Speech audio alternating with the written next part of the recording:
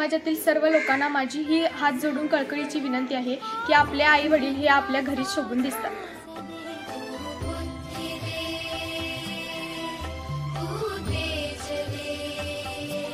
नमस्कार, मी जवाहर हायस्कूल निळपंची विद्यार्थिनी कुमारी तनिष्का युवराज कांबळे।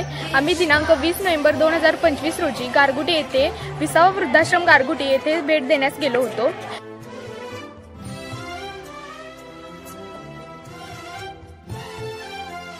ते भेट दिल्यानंतर आनंदही झाला आणि दुःखही वाटलं। दुःख या गोष्टीचं वाटलं की आपल्या आईबाबांनी आपल्याला जन्म दिला, मोठं केलं, त्या आईबाबांना असं आपल्यापासून दूर करणं ही खूपच चुकीची गोष्ट आहे।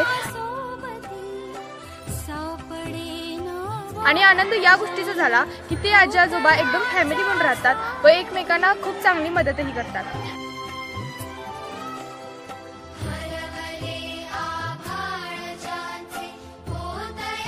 आपल्या जवाहर हायस्कूल निळपण परिवारातर्फे आम्ही त्यांना आर्थिक मदतही केली आणि खाऊही वाटप केला।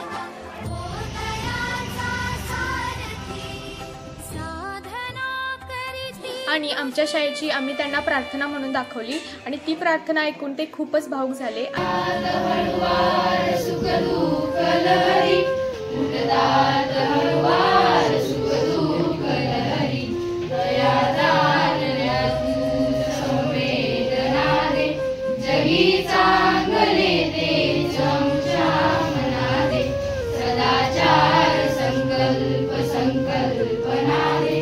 आणि त्यातील एका आजोबांनी आम्हाला गाणेही म्हणून दाखवले।